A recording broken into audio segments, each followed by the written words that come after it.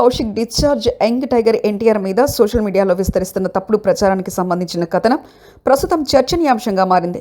తిరుపతికి చెందిన కౌశిక్ అనే యువకుడు ఎన్టీఆర్ వీరాభిమాని.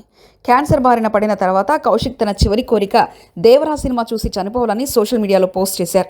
ఈ విషయం తెలుసుకున్న ఎన్టీఆర్ కౌశిక్తో వీడియో కాల్ ద్వారా మాట్లాడమే కాకుండా అతని వైద్యానికి అయ్యే ఖర్చును చూసుకుంటామని హామీ ఇచ్చారు. ఇప్పటివరకు కౌశిక్ వైద్యంలో ఎన్టీఆర్ సాయంతో పాటు అతని ఫ్యాన్స్ 2.5 లక్షలు, సీఎం సహాయ నిధి నుంచి 11 లక్షలు, తిరుమల తిరుపతి దేవస్థానం నుంచి 40 లక్షల సాయం అందింది. మొత్తంగా ఈ సాయంతో కౌశిక్ హాస్పిటల్ నుంచి డిశ్చార్జ్ అయ్యారు.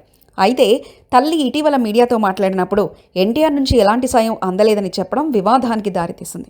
ఈ వ్యాఖ్యల కారణంగా కొన్ని సోషల్ మీడియా ప్లాట్ఫామ్లు మరియు మీడియా ఛానల్స్ ఎన్టీఆర్పై విమర్శలు చేయడం ప్రారంభించాయి.